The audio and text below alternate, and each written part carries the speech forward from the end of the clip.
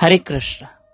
आइए हम आज भी भगवान श्री कृष्ण की एक सुंदर लीला का दर्शन करें, उस लीला को श्रवण करें। आप सब जानते हैं कि 26 अगस्त सोमवार को जन्माष्टमी है। इस उपलक्ष्य में रोज आपको एक कृष्ण लीला सुनाई जा रही है। वृंदावन धाम में जमुना नदी में कालिया नाग आके छुपा था।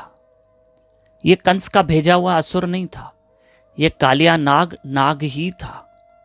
जैसे कंस के असुर वृंदावन में आ रहे थे ना, तो थे तो वो असुर राक्षस, पर रूप बदल बदल के आ रहे थे। कोई अजगर सांप बन के आ रहा था, कोई बैल का रूप लेकर आ रहा है, कोई घोड़े का रूप लेकर आ रहा है, कोई क्या कोई क्या कोई क्या। लेकिन ये जो कालिया नाग था, ये कोई असुर नहीं था, ये नाग ही था। ये तो भगवान का जो वाहन गरुड़ पक्षी है ना, उसके डर से वो यहां जमुना नदी में आके छुपा था। श्री राधे। उसको गरुड़ पक्षी का बड़ा डर था, कालिया नाग को। ये कभी कथा आपको बताएंगे कि कालिया नाग को गरुड़ का क्या डर था, क्यों डर था।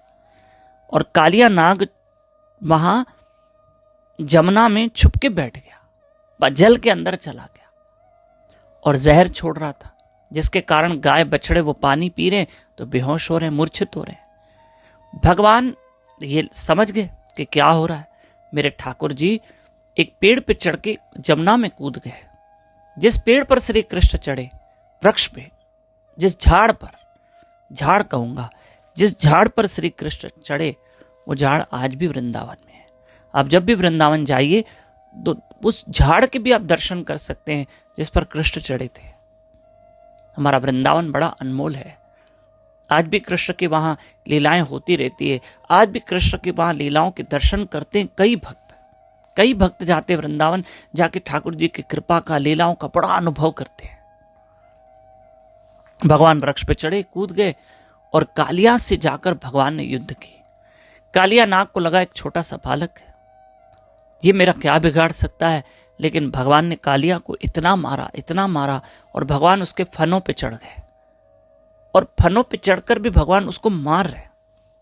फिर नृत्य करने लगे भगवान। पर जब भगवान फनों पे चढ़ गए और कालिया को मार रहे, तब नाग पत्नियों ने कहा, प्रभु हमारा पति कालिया इस वक्त आपके चरणों के नीचे है, आपकी शरण में है, और जो आपकी शरण में आता है आप उसको क्षमा कर देते हो, तो इस हिसाब से आप हमारे पति को क्षमा कर दो। भगवान ने कहा, ये बात तो सच है, जो मेरी शरण में आता है मैं उसको क्षमा कर देता हूं। कालिया इस वक्त मेरे चरणों के नीचे, तो ठीक, कालिया को क्षमा कर दिया। लेकिन कालिया अब जमुना में नहीं रहेगा। ठीक, अब भगवान नृत्य करते हुए बाहर निकले, दर्शन आपको पता है, और कालिया नाग ने जमुना छोड़ दी।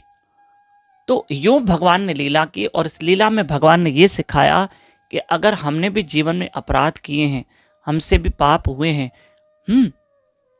तो हम चाहें तो भगवान श्री कृष्ण की अगर शरण में चले जाएं, अगर हम कृष्ण की शरण में चले जाएं, तो वे हमको अभी भी क्षमा करने के लिए तैयार है। भगवान रेडी है, लेकिन हमारे जाने की देर है। उन्होंने 18वें अध्याय के 66वें श्लोक में कहा है, सर्वधर्मान्य परित्यज्य मामेकम शरणम व्रजः अहम त्वाम सर्व पापे भयो मोक्षाय शामि मा शुचा। तुम मेरी शरण में आओ, मैं तुम्हें सभी पापों से मुक्त कर दूंगा। कृष्ण ने गीता में कहा है, आओ मेरी शरण में, मैं तुम्हें सभी पापों से मुक्त कर दूंगा। चलो श्री कृष्ण की ओर, उसकी शरण लें। कैसे? नाम, भजन, कथा, कीर्तन, जैसे जैसे आप करते जाओगे हम उसी की शरण ही तो ले रहे हैं। हरे कृष्ण कृष्ण कृष्ण हरे हरे, हरे राम राम राम हरे हरे। मेरी एक विशेष सूचना, आप जानते हैं कि तीजड़ी का व्रत हमारे सिंधी समाज में बहुत माताएं करती है। आप तीजड़ी का व्रत रखें, और माताएं सुबह जल्दी उठती है 4 बजे उस दिन, माताएं बहनें। मेरी उन माताओं बहनों से रिक्वेस्ट है कि तीजड़ी के दिन सुबह 4:30 से 5:30 बजे अर्ली मॉर्निंग ब्रह्म मुहूर्त अमृत वेले में मेरे साथ उठ के लाइव रहना। प्लीज अपनी तीजड़ी सफल करना, जरूर तीजड़ी सफल करना। आप भगवान का भजन करेंगे, मेरे साथ जाप करेंगे, हरि कथा सुनेंगे, यूट्यूब चैनल दामोदर दास पे लाइव रहकर पक्का अपनी तीजड़ी सफल कीजिए। और 26 तारीख जन्माष्टमी है, आपको आगे सूचना दी जाएगी। हरे कृष्ण।